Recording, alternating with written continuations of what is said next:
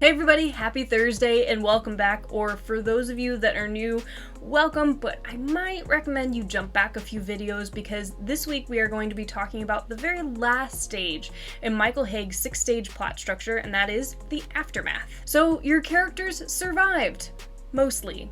Most likely. They've defeated the big bad, they've reached their goal come hell or high water, so now what? The aftermath is the last stage in the plot structure, so as far as percentages go, it's really whatever's left to 100%. So what all goes into this stage? Like a bunch of the other stages we've talked about, this one has a variety of names, but the one that I think is most accurate is the new normal. You've put your characters through hell to achieve their goals, they've come out on the other side, so now, what does their life look like? What is that new normal to wrap up your story? This is your chance to show the outcome, the good and the bad. It's sort of the new version of the very first stage that we looked at, where you showed their first normal, what their life was like before the inciting incident, before everything changed.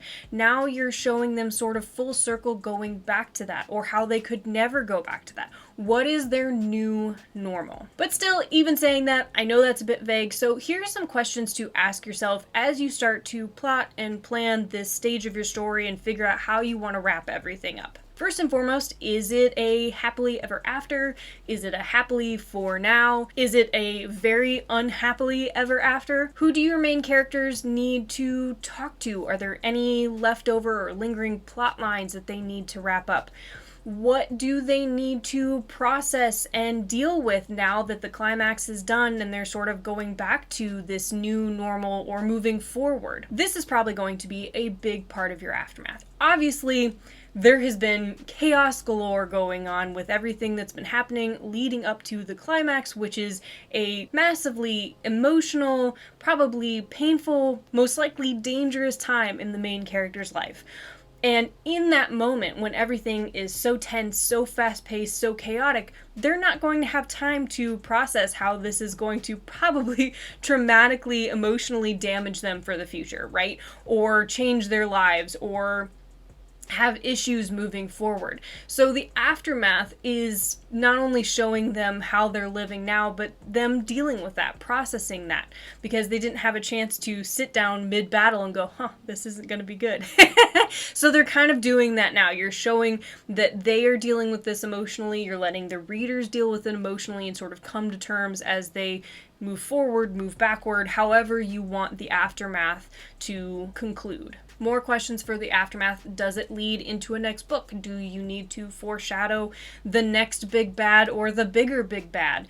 Do you need to highlight the next couple if it's a romance that's going to be the focus for the next book? So now, as you think about these questions and start to consider what you want to include and how you want to put this all together, there are really two ways that your aftermath is going to start to take shape. First, this is your chance as an author to wrap your main characters and your readers in a nice, safe, warm, happily ever after blanket. You're going to show them that everything is good, great even, and why it was all worth it, how fabulous life is now. This is where you can give them warm, fuzzy feelings with possibly a hint of danger or foreshadowing if you're leading them into a series. Or the second option is to once again don your evil author hat and cape, and just as everything is looking up, just as they've reached their goal, they've defeated the big bad, they think everything's going to be fine, you rip the rug right out from underneath them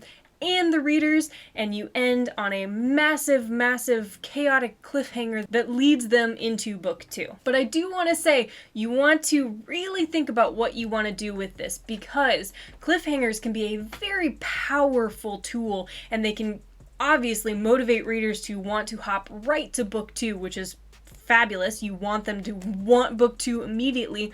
But they are very polarized. Some people love cliffhangers, some people really hate them, especially depending on your publishing schedule, because if you're not planning to come out with the next book for another year, 2, 3, looking at you, Pat Rothfuss. If you're at all familiar with the sci-fi fantasy community, you know how frustrated his fans and readers are that we still don't have the next book. So unless you're prepared to sort of want that, deal with that. And it can be a good thing as well. Obviously, it's building momentum to the next book. The moment his book hits shelves, I guarantee you, all of us, myself included, are going to run to buy it. But he also has to deal with a lot of poking because people are wanting that book.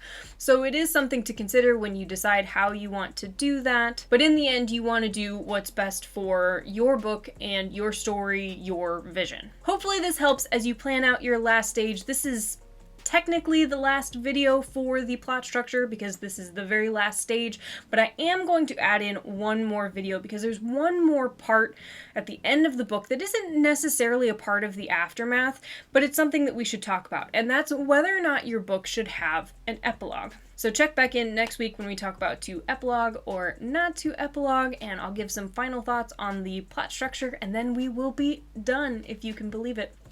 Don't forget to like and subscribe. It really helps the channel, and then you'll know when I almost said new books. You'll know when new videos come out. Definitely reach out if you have any questions. Also, I did launch a Twitch channel this week. It is very new to me. We're trying new things, but a couple times a week now I will be live. I'll be sprinting editing. You can sprint for writing. We'll do it together. We'll motivate each other, and in between we can talk about books and publishing and everything like that. So feel free to stop by. I will put the information below, and until next week, keep writing.